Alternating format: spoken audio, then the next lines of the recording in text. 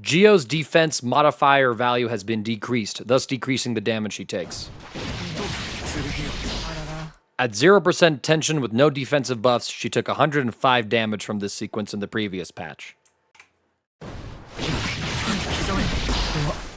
In the current patch, it only does 100 damage, so a loss of 5 damage, and this is very much in line with the changes that we've seen to pretty much the entire cast at this point. When you cancel the startup of her dash, you now maintain more of its momentum when you cancel into the start of another action. In my testing, I haven't been able to notice anything appreciable with this change, but I'm sure there's going to be some nuances like potential links that weren't possible before because of this change to the momentum's behavior. 6P has a few nerfs to it, much like the rest of the cast. They decrease the active frames, so it's not going to linger as long, and they increase the recovery, which we'll compare side by side now.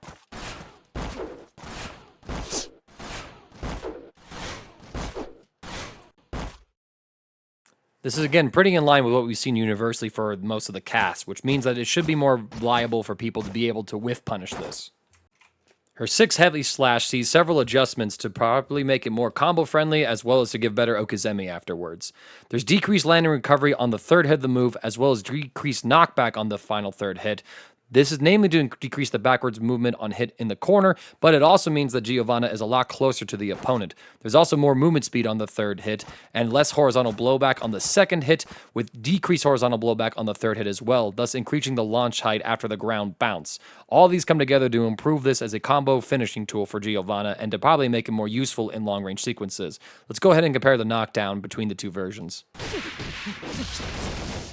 As you can see previously, you were pretty far away from the opponent. This is what the spacing looks like now. You're right next to them, actually, which possibly opens up some cross-up Okizeme options for Giovanna. Additionally, you can also do a close/OTG.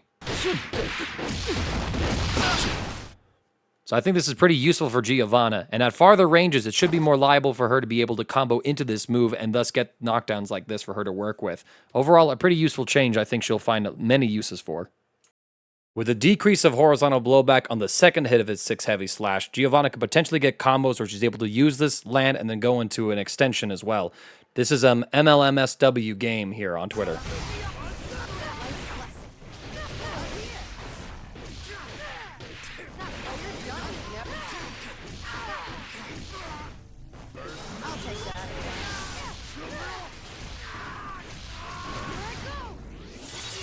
Combos like that should be easier for Giovanna to perform. Giovanna's power-up state has a couple of buffs to it that correspond with her current tension gauge. They've increased the percent damage increase. In the previous patch, before she had her first power-up state, she did 30 damage. And then she did 31 damage with her close slash. Meanwhile, at full tension gauge, she would do 33 damage. Currently, when she enters her first state of power-up, she actually gets the damage of her old full power state in the previous patch. 33 damage once she hits 50% tension gauge. And at full power, she now does 36 damage instead. In addition to that, as she powers up through the game with her tension gauge, she also gains faster movement speed with her dash. That's at no tension gauge. In her first powered up state, this is her dash speed now. And at full power, it's pretty blazingly fast. This increase in forward momentum also applies to her forward walk speed. Overall, this means that Giovanna will be a lot more oppressive and neutral once she hits these power spikes with her tension gauge, being better at whiff punishing because of her increased movement speed. Arxis has very marginally increased the recovery of all versions of Sepultura. It's maybe by a single frame or two. In my testing, this really doesn't change too much of the situations that Giovanna gets on knockdown, combo routing, or even on block against instant block as far as how the opponent's able to punish this move. I think it's namely there just to make sure that if you do whiff this move, the opponent might get a little extra opportunity for her in order to get in there. If there's a nuance I'm missing with this change, do let us know in the comments below.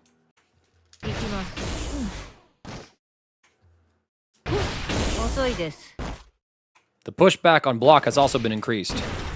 You were pretty close to the opponent before, and it would be their turn to swing at you. And now, The opponent is pushed quite far away, so this should open up some RPS situations for Giovanna to be able to try and create spacing traps against an opponent who wants to take their turn back.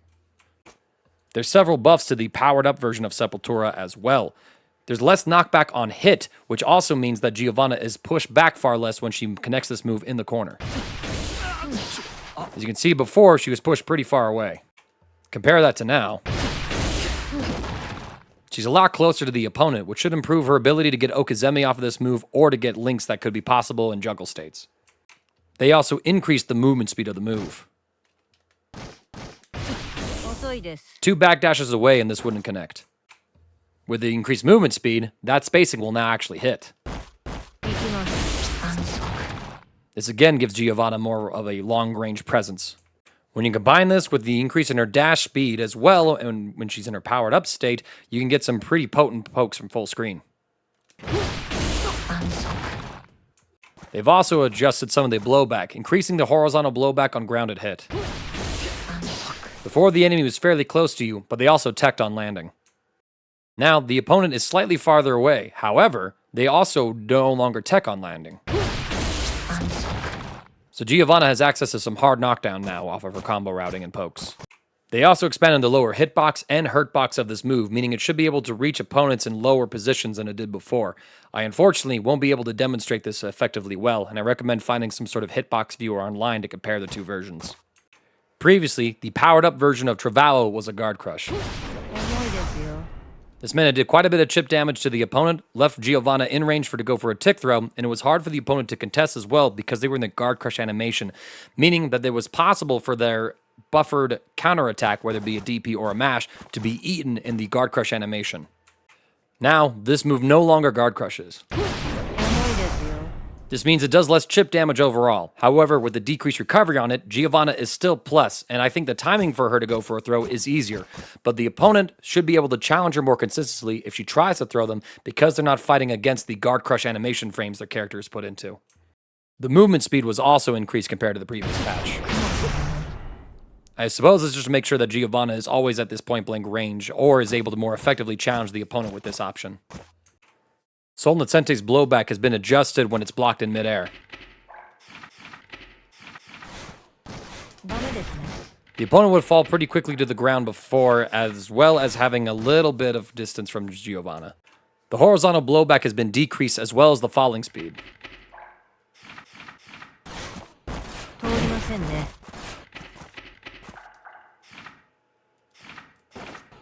With those changes, the opponent is now a little farther away from Giovanna while having a little more of a float to them. This should change this situation a little bit to probably be a bit more neutral, I'd imagine, for both sides. The empowered version of Nascente has some changes to its blowback on grounded hit. The opponent was popped up pretty far away from her and also fell incredibly slowly before. This made linking off of it a little bit difficult in mid-screen. In the corner, it was pretty trivial. With decreased horizontal blowback, Giovanna is able to pick up links in mid-screen that weren't possible before. A raw 5k will connect here. However, with the increased falling speed, it means that Giovanna isn't getting access to new links when she's in a corner position. Close slash still whiffs, for example. The last change to Giovanna comes to her Chave special move. Previously, if you hit her during the startup of the move itself or during the animation at all, she was in counter hit state. This obviously meant that it was pretty risky for her to go for any of her empowered moves in neutral, as the opponent could react and get some better conversions, while also dealing increased damage due to the counter hit. She is now no longer in counter hit state during Chave.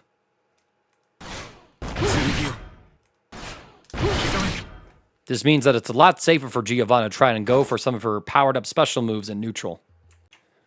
I feel like most of these changes to Giovanna, especially when it comes to the implications of her increased movement speed with her powered up state, are not going to be something that's fully appreciable in a lab situation like this, but are things that are going to be noticed more often when you're out there playing the game and noticing that Giovanna is getting more whiff punishes on you, is able to run you down easier as well, while doing a little more damage when she doesn't spend her meter on RCs and supers, in her combo routing as well, or at least before she uses those things in her combo routes.